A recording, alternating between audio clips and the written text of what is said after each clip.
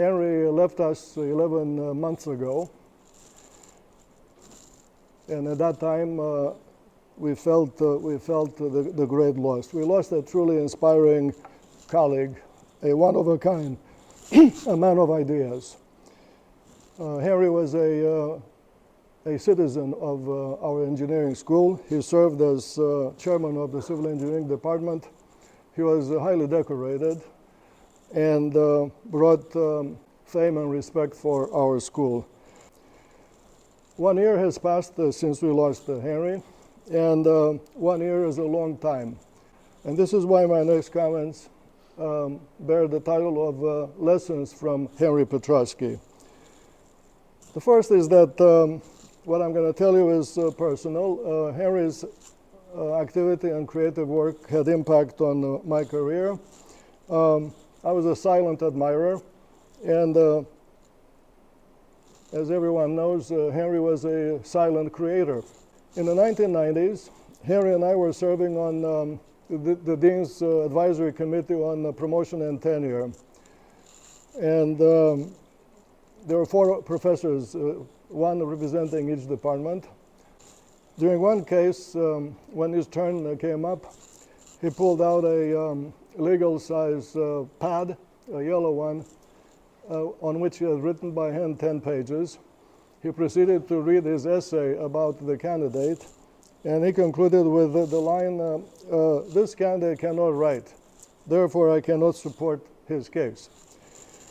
And the lesson is about the importance of being able to communicate. That is a lesson to all of us, but especially for those of us in engineering. The world out there, especially coming out of the mouths of scientists, is that engineers cannot speak, cannot write, cannot stand up and give presentations, and on and on and on.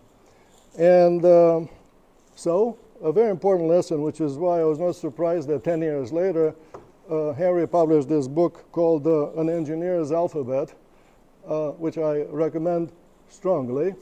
It is about the importance of paying attention to communicating in writing, but also graphically.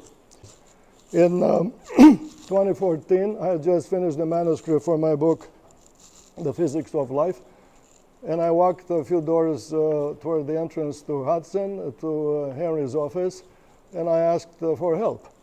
I asked him to recommend my book to his literary agent, because you see, the agent is a very important person who has the power to advocate for a new book in front of high-level publishers.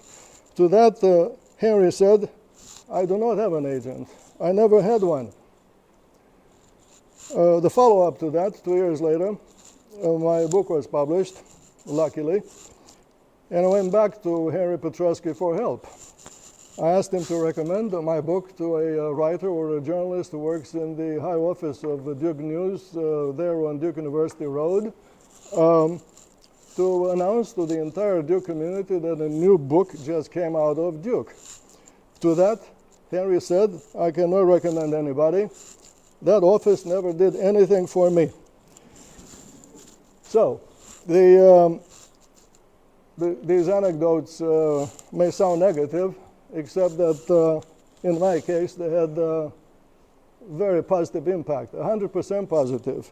They encouraged me, they liberated me, they freed me to walk alone, and they guide me to this day.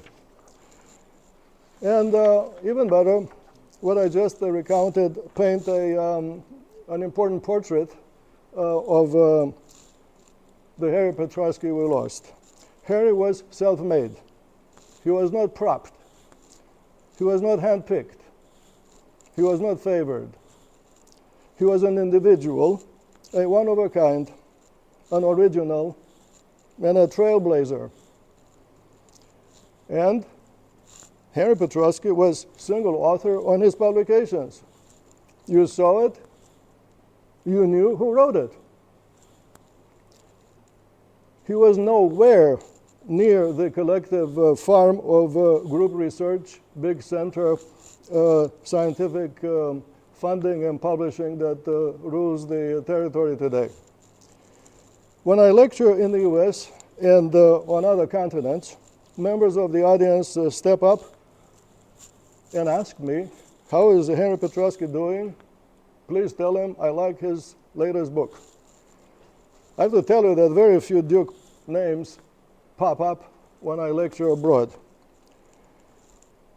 And now a phenomenon that strikes me quite often. It may be of interest to young colleagues who are perfecting new ideas in robotics and AI. The phenomenon is called telepathy. Last evening, right before writing these notes, I had to review a manuscript submitted to a, believe it or not, heat transfer journal. The author concluded his manuscript with 2 quotes from Henry Petroski. Obviously, the author did not know that I would be the reviewer. First quote, "Everything you thought of as science is actually engineering." This is from Henry's book, The Essential Engineer, published in 2011.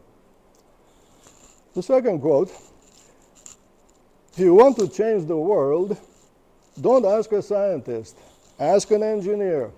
This is from an article that Henry published in the Washington Post. Yeah, think about that. So, in conclusion, we're all at Duke now, all of us. Most of you are younger, and actually quite a few arrived recently from other institutions. I have to say, based on these lessons, that it is our duty to get to know and talk about the individuals and ideas that built our school.